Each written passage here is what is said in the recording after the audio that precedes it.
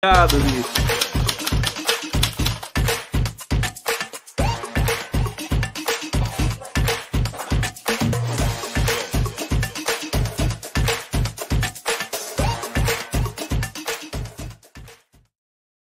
Zeca Dirceu, chegando aqui no Giro das 11. Que prazer, querido Zeca. Seja muito bem-vindo aqui, líder do PT na Câmara. Você dormiu bem nessas últimas semanas aí? Deu para dormir direitinho? Tudo bem, Conde? Um abraço aí quem está nos assistindo. Dormi muito pouco, mas dormi bem. Principalmente de sexta-feira para cá, depois de todas essas vitórias. Depois de aprovado, né? Essa pauta tão ampla aí que foi aprovada. Zeca, seja muito bem-vindo. Quero te saudar com todo carinho aqui. Vamos aproveitar ao máximo a sua presença. Primeiro, eu queria que você falasse um pouco desse IPCA que saiu hoje. Que IPCA é esse? Nós temos deflação no Brasil? Zeca Dirceu, a inflação caindo aí nos últimos 12 meses para 3,16%. Que resultado bom, né? Com certeza. E cria um contexto ainda maior para que a gente ponha definitivamente fim a esses juros abusivos, extorsivos, eu diria até criminosos, que o Banco Central tem praticado, né? Mesmo com a taxa de inflação dos últimos meses, nada justificava. Com essa queda e com essa perspectiva futura de uma queda ainda maior, não tem mais nada que justifique isso. E é claro que aqui tem mérito das decisões acertadas que o presidente Lula tomou, que nós apoiamos e ajudamos a implementar. Entre elas, vale sempre destacar o papel que está tendo novamente a Petrobras. A Petrobras, sob a direção do Jean Paul, sob a coordenação do presidente Lula, voltou a pensar no Brasil, voltou a cuidar da vida de cada brasileiro e brasileira, sem se descuidar do funcionamento de uma empresa que tem ações, né, na Bolsa de Valores e que tem que também olhar por aqueles que são seus acionistas e que, pelo jeito, estão muito satisfeitos, porque as ações da Petrobras valorizaram muito, né, se a gente olhar os últimos tempos. E eu acho que há uma coisa também de ambiente, né? Está se criando no país um ambiente de estabilidade, de previsibilidade, um ambiente de segurança jurídica, econômica, institucional, e tem um clima de otimismo quando você começa, né, a ter pautas tão importantes avançando no país e um conjunto de outras ações de governo, políticas públicas da educação, da saúde, da geração de emprego, do apoio à agricultura, do apoio ao pequeno e médio empresário, que já começa a gerar impactos. Então, que notícias boas, Conde, como essa, se repitam por muitas e muitas vezes. Nós vamos trabalhar muito para isso. Não sei se você sabe, nós estamos aqui sendo transmitidos pela TV 247 no YouTube, também pela TVT de São Paulo, em TV aberta na Grande São Paulo, pela Rádio Brasil Atual FM 98,9 e pela TV Quirimurê na Grande Salvador, Bahia. Um verdadeiro latifúndio digital e de comunicação aqui para a gente ouvir você. Antes de falar, eu quero falar da reforma tributária contigo, de alguns bastidores e desse esse desdobramento agora da questão de composição de governo, de base, mas eu não posso deixar de te perguntar sobre a fala do Eduardo Bolsonaro, em que ele compara, enfim, traficantes e professores. Você acho que protocolou uma questão sobre isso. Eu queria que você falasse um pouquinho a probabilidade realmente de agora ir adiante um processo de cassação com relação ao Eduardo Bolsonaro. Muito triste, né? É repugnante ver falas como essa. Eu sou, Conde, apaixonado pela educação, né? É a área que eu escolhi desde o meu primeiro dia aqui em Brasília para atuar. Sou, inclusive, o único paranaense que está lá na Comissão de Educação desde o primeiro mandato, de forma ininterrupta. A educação é a grande ferramenta que nós temos para transformar a vida das pessoas. Com o presidente Lula, com as nossas ações, a educação está voltando a ser a grande prioridade do país. E a educação foi muito atacada, né, ao longo dos últimos anos, com falas de ódio, criminosas, preconceituosas, como mais essa proferida ontem, mas também com a destruição do orçamento da educação. Muito importante que a gente relembre sempre que durante 6 anos, os últimos 6 anos, o orçamento da educação foi sendo destruído, reduzido, enquanto a arrecadação federal de impostos, de receitas, batia recordes.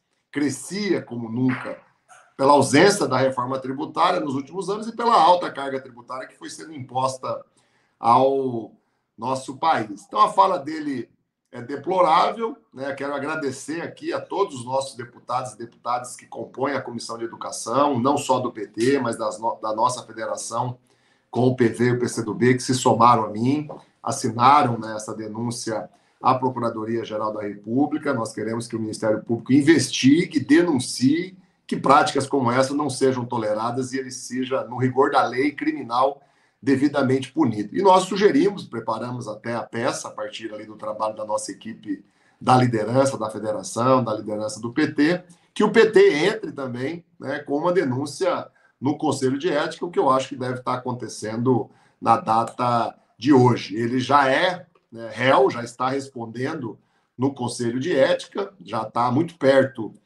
de uma punição por uma outra fala, uma outra atitude agressiva, equivocada, absurda que ele tomou. Nós vamos somar mais essa denúncia também ao Conselho de Ética. Zeca Disseu aqui conosco ao vivo, 12 horas 26 minutos. Zeca, na aprovação, nessa articulação toda da reforma tributária, eu queria que você falasse para a gente o que foi mais desafiador. A gente viu que foi uma aprovação fantástica, né? Com 382 votos no primeiro turno, e eu notei que não foi encarado como um projeto do governo, foi realmente o Congresso protagonizou. Como é que foi esse processo de convencimento, de pressões, em que você teve ali no olho do furacão? Conta um pouquinho para a gente disso.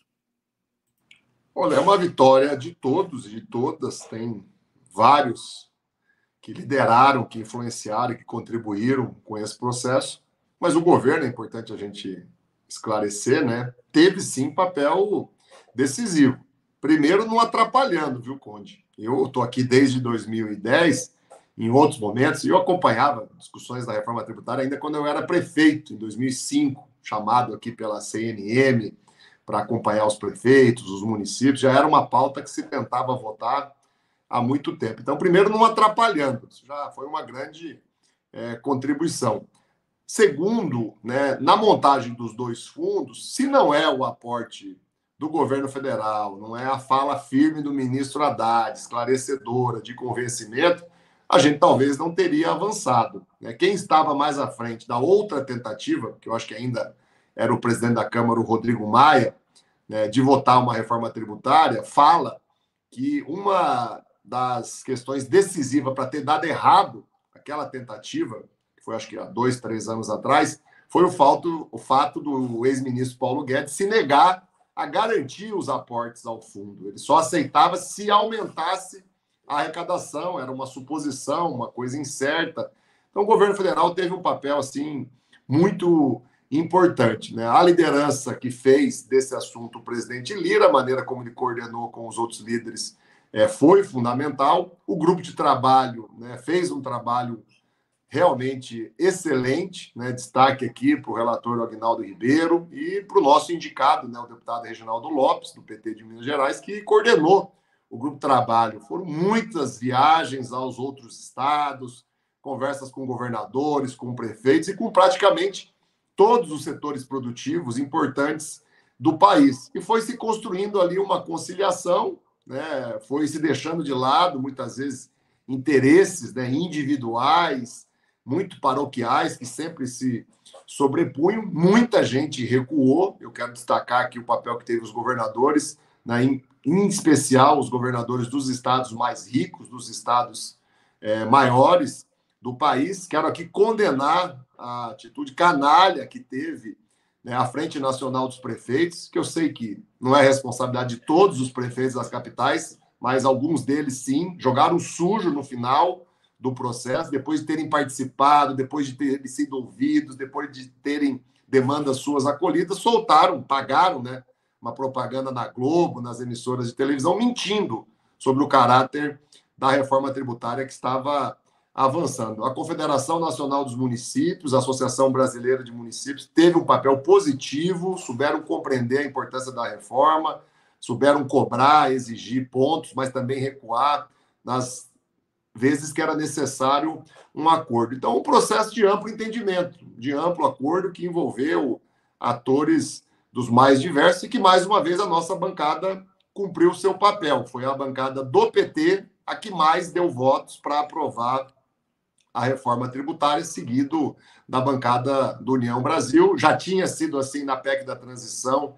e na PEC do Bolsa Família, já tinha sido assim na aprovação do novo regime fiscal sustentável. Então, a nossa bancada do PT, e eu digo até da federação, se não me engano, 100% dos deputados do PV e do PCdoB também votaram a favor dessas 3 medidas e de tantas outras impactantes, né? A nossa bancada tem sido decisiva, né? Sem esses votos, é só fazer a conta, né? Sem esses 81 votos, nenhuma medida dessa teria sido aprovada.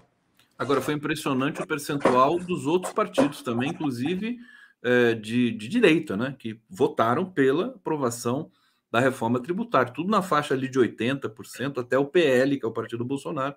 Agora, conta pra gente, ô Zeca, você falou dos governadores, o papel importante, quer dizer, o Tarcísio de Freitas teve um papel importante, realmente, ali na reta final da aprovação da reforma tributária, embora eu acho que ele também pegou carona ali, tá? Na movimentação que estava sendo feita.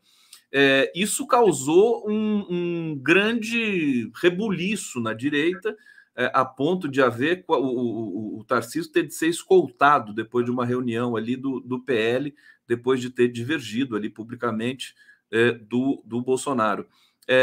Como é que foi essa conversa com o Tarcísio? Você teve junto com ele, né? Ali na articulação. Foi muito divertido e está sendo muito divertido essa briga, essa confusão, essa baixaria. Eu vi agora as mensagens dos grupos de WhatsApp lá, né, da bancada do PL na Câmara. Lamentável, né, que tenha chegado a esse ponto, né? E o que aconteceu naquela reunião do PL, né, com a presença do ex-presidente, com a presença do governador de São Paulo, é hilário, né? Mas ele, nos bastidores, jogou um pouco mais duro, né, mas publicamente teve uma postura muito equilibrada, muito sensata, né? Se ele decide bagunçar o processo, se ele decide melar o processo, ele teria conseguido, porque ainda eram muito frágeis os entendimentos finais, mesmo no domingo, mesmo na segunda-feira, né? Qualquer sopro muito forte poderia fazer desmanchar aí, jogar para agosto, e aí ninguém mais saberia o que poderia acontecer. E vale lembrar, Conde, muita gente sabe, mas eu quero sempre repetir, essa não é a reforma tributária da esquerda, essa não é a reforma tributária dos nossos sonhos, essa não é a reforma tributária que por várias vezes nós protocolamos projetos para tentar fazer avançar em todas as legislaturas. Não teve uma que a gente não apresentou um conjunto de projetos para fazer avançar uma reforma tributária justa e solidária, que trate principalmente, né, da tributação da mega renda, do mega patrimônio, da mega herança. Eu já estou procurando ser mais pragmático, viu? Nós não vamos, claro, mexer com os ricos, não vamos mexer com os milionários, mas se a gente conseguir, no segundo semestre, mexer com os bilionários, com aquele 1% que detém 50% da renda do país, a gente vai dar uma grande contribuição para o Brasil e vai complementar o que foi feito nessa primeira etapa da reforma tributária. Inclusive, nós vamos brigar muito no segundo semestre, para além de herança, patrimônio, renda, né, fazer avançar, né, a cobrança de impostos sobre lucros e dividendos, que o mundo todo cobra, e o Brasil é o único país que não cobra. Então, a gente começa pelo andar de cima, bem lá no alto mesmo. Bem lá no alto. É o único jeito de avançar. Não vamos mexer com os milionários agora, mas vamos mexer com os bilionários. Isso vai abrir uma perspectiva para o país fazer outras alterações, né, nos momentos subsequentes. Eu acho que se a gente conseguir fazer isso no segundo semestre, eu vi uma boa entrevista do ministro Haddad falando o quanto que isso é importante, o quanto que ele vai priorizar, se dedicar, aí sim nós fechamos a reforma tributária com chave de ouro. Zeca Disseu aqui no Giro das 11, deixa eu ir para o bate-papo, Zeca, o pessoal está interagindo muito, perguntando coisas para você, deixa eu ler aqui, depois você responde no atacado. Felipe Pérez, pergunte ao Zeca sobre o projeto de lei que substitui o novo ensino médio, isso é uma questão. Miguel Vicentim, Zeca, não se esqueça de que o Lula tem muita sorte. Verdade, né, Zeca? O Lula tem sorte, né? Fátima França Paulino. Oi, Zeca, excelente trabalho, Paraná. Agradece. Beto Silva, abraço para o seu pai, Zé Dirceu. Como é que tá o Zé? Como é que tá seu pai? Tá bem? Tá bem. Ele fez uma cirurgia, né, em fevereiro. Teve as primeiras semanas ali bastante dificuldade, né, de se recuperar, mas já de uns 3 Mas meses agora para está cá, zerado. diria, 2 meses para cá, está muito bem, com a saúde totalmente restabelecida, com 77 anos, com os cuidados de uma cirurgia como aquela, né, na cabeça, ele não está podendo, inclusive, beber, com algumas limitações de agenda, de atividade física, mas está muito bem e tem estado comigo aqui com muita frequência também em Brasília. Teu pai é de bem com a vida, né? Ele tá num momento assim tão bonito, né? A impressão que eu tenho quando eu falo com ele, quando eu entrevisto ele aqui. É isso mesmo, né, Zé? Não, ele está muito bem. Claro, preocupado, ainda lutando contra os processos, mas justiça será feita. Aqui a Gladys Rossi, grande abraço ao nosso futuro senador do Paraná, José Henrique. Muito bom, Zeca Disseu, tem que falar como foi o processo. Já basta ter a mídia corporativa dando crédito ao Tarcísio e apagando o PT. E aqui, então, vamos ver essa questão do ensino médio. Você tá diretamente envolvido com esse programa, com esse projeto? Sim, sim. Inclusive, tenho me dedicado muito a esse assunto. Lá no Paraná, a gente tem feito plenárias à exaustão. Fiz uma agora não faz um mês. Tinham lá 150, 180 educadores, estudantes, né? O ensino médio que foi feito no governo do ex-presidente Temer é um caos, né? Foi feito sem ouvir os professores, sem ouvir os estudantes, sem ouvir quem conhece da educação. Então, é um modelo péssimo, né, que o presidente Lula suspendeu e que agora a gente precisa se debruçar, e o Ministério da Educação tem feito uma escuta, uma pesquisa permanente para escolher um outro modelo. Não dá para revogar esse e não colocar nada no lugar, né? Seria totalmente ineficaz e talvez traria prejuízo aos estudantes, ao funcionamento da educação. Essas escutas, né, essa checagem com professores, com estudantes, ela já está bem avançada lá no MEC, até não sei bem se não terminou agora nesse período de julho, que a gente estava ali mais atento à reforma tributária. Né? O nosso núcleo de educação, coordenado pelo deputado Pedro Kizai, tem feito uma série de atividades. Hoje a gente tem um seminário, um evento bem grande aqui, que discute, né, as metas do Plano Nacional de Educação. Com certeza, nesse seminário, que é o dia inteiro, o assunto vai entrar na pauta. Eu já tive com o ministro Camilo várias vezes conversando, tenho conversado muito com a Isolda, que é a secretária executiva e que, junto com a equipe do Ministério, está coordenando esse trabalho. Eu acho que em pouco tempo a gente vai ter condição, sim, depois de ouvir muito os estudantes, os professores e as entidades que representam estudantes, professores, educadores, funcionários de escola, né? A gente vai ter condição, sim, de apresentar um novo modelo aí do ensino médio, bem diferente desse que vigorou até agora. Vai ser apresentado em forma de projeto de lei? Como é que vai ser? A gente está aguardando a escuta, né, do Ministério, o que o Ministério vai tirar, vai apresentar dali. O ministro Camilo reativou, né, o Fórum Nacional de Educação. Nos últimos anos só funcionou, né, o Fórum Popular Nacional de Educação. Ali também está tendo um debate muito intenso. Depois do resultado de tudo isso, a gente vai reunir a bancada e vai avaliar se vem uma proposta do Executivo, se é uma proposta do Legislativo, né? Mas o importante é mensurar, planificar, detalhar esse processo de escuta aos estudantes e aos professores, às entidades que ou está em curso ou deve ter acabado aí, se eu não me engano, na última ou na penúltima semana, que eu não consegui acompanhar em detalhes. Olha, Zeca, daqui do chão da fábrica aqui das mídias progressistas, eu percebi que você falou uma coisa muito importante aqui quando você estava explicando a questão da aprovação da reforma tributária, né? O governo não atrapalhou, né? Se o governo não atrapalhar, né? Enfim, as coisas acontecem. Não é o governo não atrapalhar, mas às vezes, algumas precipitações. Tem que deixar o Congresso protagonizar os processos também, né? Porque ele se sente empoderado, importante. Se o Congresso tiver de se sentir empoderado, que ele se sinta com aprovações de projetos importantes para o país, né? Claro, eu vou, de novo, usar o exemplo da reforma tributária. Se o governo quisesse, era um direito dele, do presidente Lula, do conjunto de ministros, talvez junto com a nossa bancada, a gente poderia ter batido o pé. Não votamos nada se não tiver já, de início, taxação de grandes fortunas, taxação de heranças. Né? A gente podia ter batido o pé. Isso ia ser bonito, ia fazer um discurso bacana, mas ia inviabilizar totalmente a votação de algo que é extremamente necessário para o país. O Brasil tem um sistema tributário caótico, de dezenas de impostos que não existe mais em lugar nenhum do mundo, de difícil compreensão, de difícil fiscalização, de alto custo de execução, tanto para o poder público como para o contribuinte, né? São 5 mil normas diferentes quando a gente olha os estados, os municípios. Isso afasta os investimentos estrangeiros, né? Quem olha para um sistema desse e está num outro país, da Europa, os Estados Unidos, ou até mesmo aqui, o Uruguai já tem IVA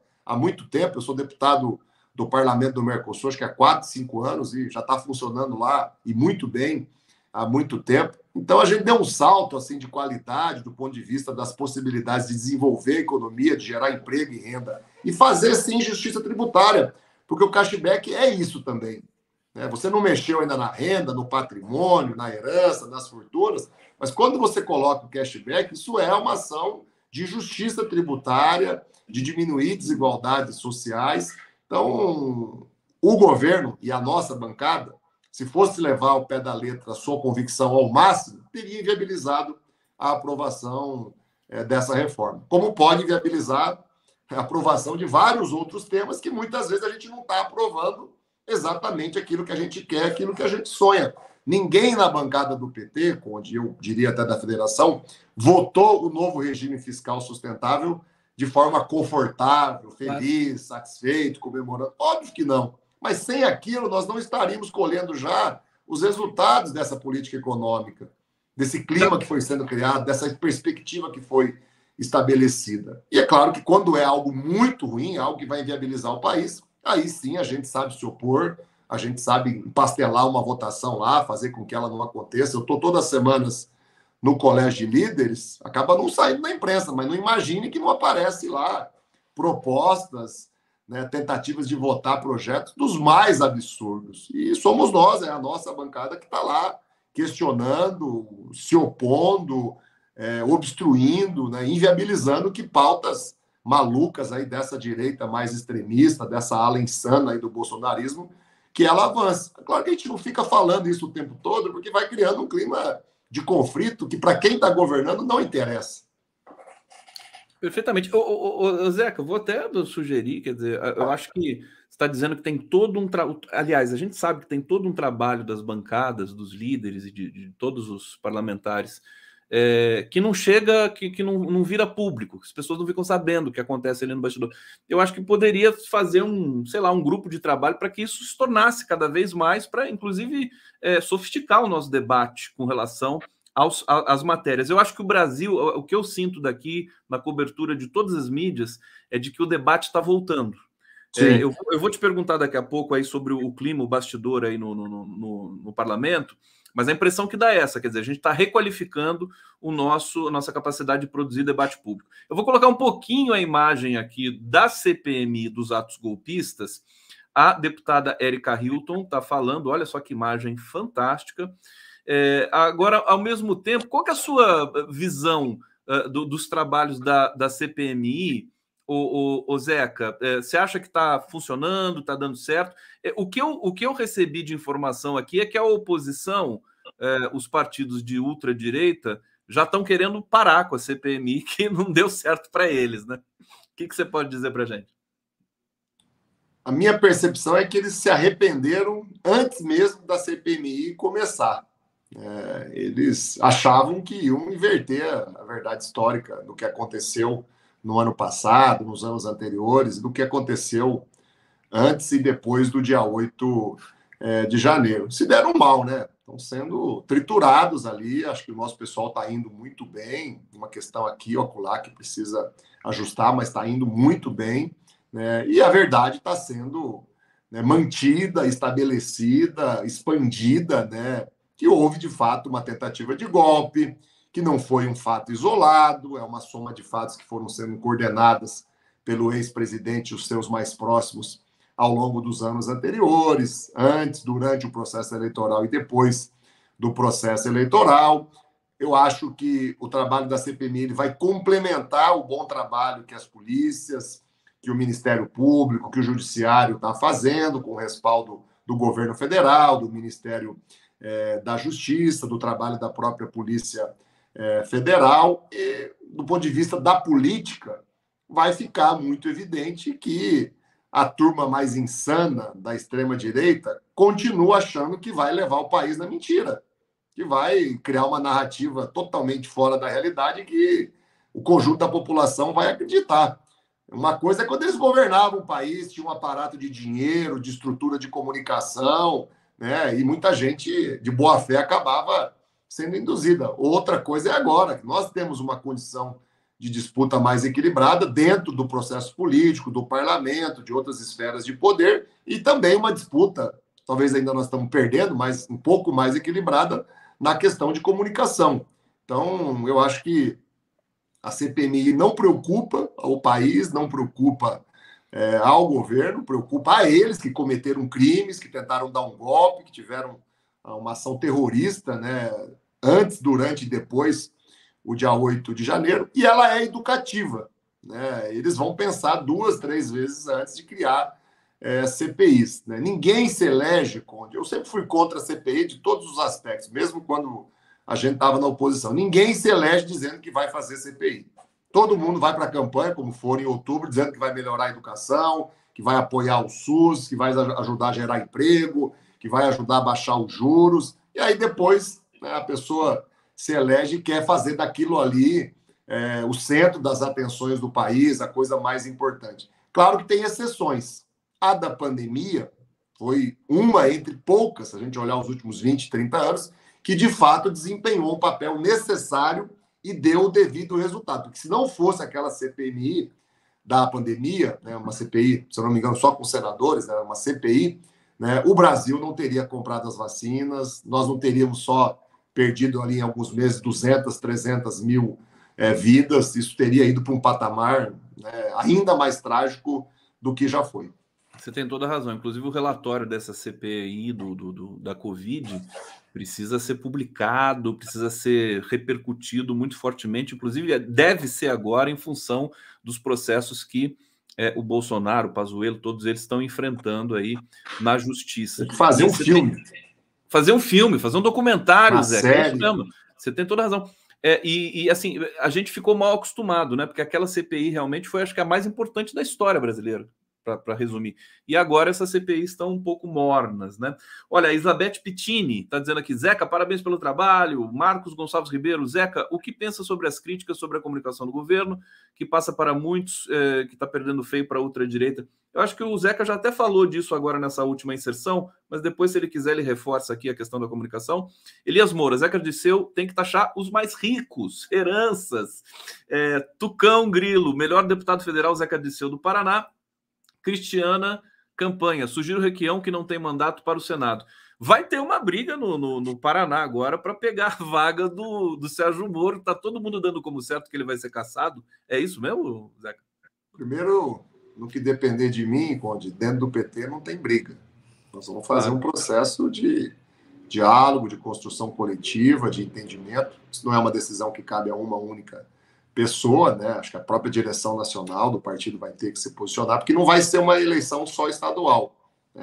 Cassado o Moro, e é o que está bastante previsto, e é o que é justo, tem provas suficientes que mostram que ele cometeu inúmeros crimes, né, na pré-campanha, como já tinha cometido a senadora Selma, né, do Mato Grosso do Sul, que foi cassada pelas mesmas razões, pelos mesmos motivos, com menos provas do que tem outra hoje, né, contra o senador Sérgio Moro. Ocorrido isso, né, abre-se um período, né, para que em 90 dias nós tenhamos uma eleição que vai ser extraordinária, que só vai acontecer no Paraná, vai acabar virando uma eleição nacional só por isso e por ser ele quem é, por todo o mal que ele fez para o país e pelo prejuízo que ele trouxe à vida do próprio presidente Lula. Né? Então eu estou muito animado, eu estou muito entusiasmado, né, com as indicações do meu nome, com os apoios que eu tenho recebido dentro do PT e fora do PT. Para ganhar uma eleição como essa, não basta ter o apoio só do PT, eu acho que isso já ficou provado em outras eleições, então eu estou recebendo aqui prefeitos, deputados estaduais, deputados federais, presidentes de partidos, dialogando com todos para tentar estabelecer o meu nome como o nome mais viável. Né? Isso não é uma coisa que depende só de mim, mas o que eu puder me dedicar para isso, né, eu vou me dedicar porque eu acho que eu tenho condições, né, depois de 2 mandatos de prefeitos, 4 mandatos de deputado federal, né, eu tenho condições, sim, de contribuir muito com o Brasil e com o Paraná, 4 mandatos de deputado, 2 de prefeito. Você foi prefeito com quantos anos? Primeira eu vez? era muito novo, eu me elegi em 2004, né? Eu tinha 25 para 26 anos quando eu me elegi prefeito, né? Eu já tinha sido secretário municipal antes, eu já tinha, por 2 anos, né, acompanhado o Requião no governo do estado, coordenando ali no interior algumas ações da área social, da área do emprego, da área do trabalho, né? Era o começo do governo do presidente Lula, o começo, né, daquele governo do Requião. Então eu comecei cedo, eu comecei em 2000. Eu tinha em 2000, de 21 para Você, 22 na anos. adolescência, já era líder de Eu classe? fui líder estudantil, muita agitação nos colégios públicos que eu estudei, lá no Paraná, lá em Cruzeiro do Oeste. Mas quando eu fui para a faculdade, para a universidade, eu me formei em ciência da computação, eu decidi ser empresário e falei que nunca mais ia tratar de política. E por muitos anos eu realmente me ausentei, ainda jovem, ali com 17 anos eu já tinha minha empresa, e de uma hora para outra acabei voltando, né? Isso foi em 99, 2000, e de lá para cá já são Mas 24, 23 anos, não parei e não pretendo parar mais. Viu? mais forte que você, né? Quer dizer, o desejo e tal de seguir numa carreira empresarial, quer dizer, falou mais alto essa coisa, essa vocação natural que você tem para a política. Então, a gente está chegando no final do nosso papo, Zeca. 2 questões rápidas para você. A primeira é a seguinte: o Haddad deu aquela entrevista fantástica lá para Natuzaneri, tocou violão, né? Foi bacana, né? E ele disse que ele vai.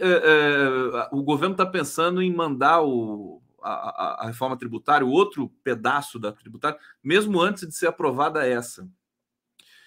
Pode até acontecer de se fatiarem a reforma no Senado. Dá um balanço para a gente sobre isso. Como é que está essa discussão? Vai ficar para agosto? Quer dizer, está chegando a hora do recesso, né?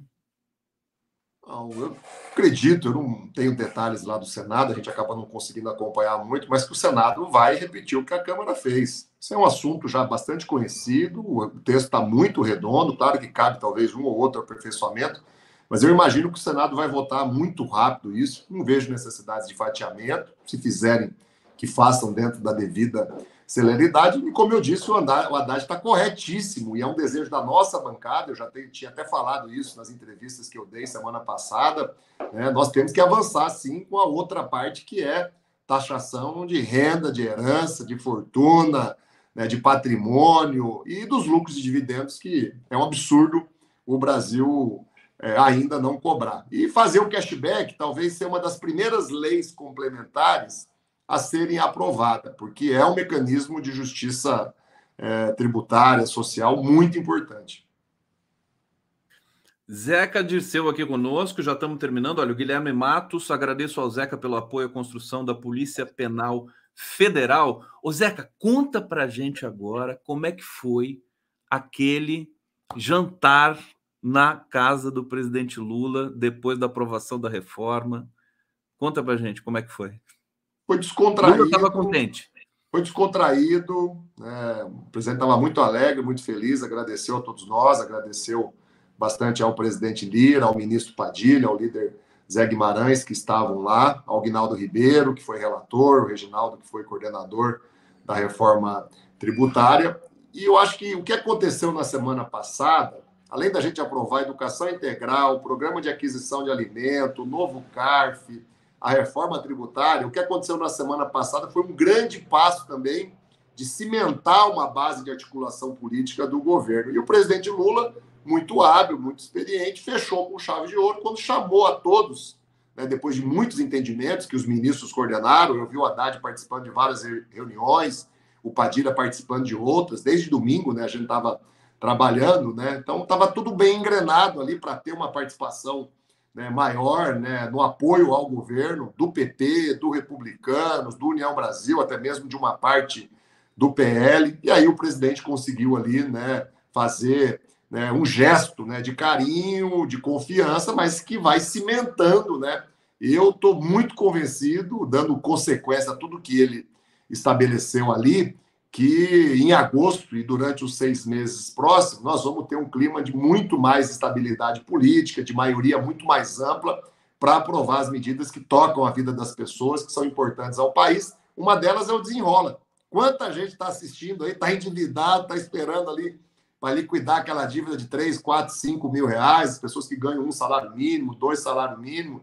Então, tem que ter base, não tem jeito, gente. E para ter base, tem que conversar, dialogar e fazer pactos e abrir espaços de poder e de influência para quem é e pensa diferente da gente.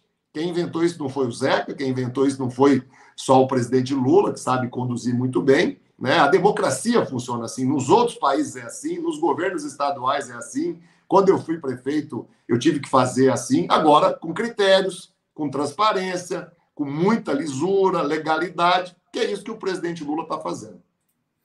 Zeca Dirceu aqui no Giro das 11. A Evelina Antunes está falando, o Zeca está muito bonito. Parabéns pelo trabalho. Zeca, obrigado pela presença, pelo carinho, parabéns pelo seu trabalho aí na Câmara. Agradecer demais sua assessoria também, generosa aqui conosco, e agradecer a todos que acompanharam o Giro das 11. A gente volta amanhã às 11 horas. Até mais. Valeu, gente. Um abraço a todos. Boa tarde.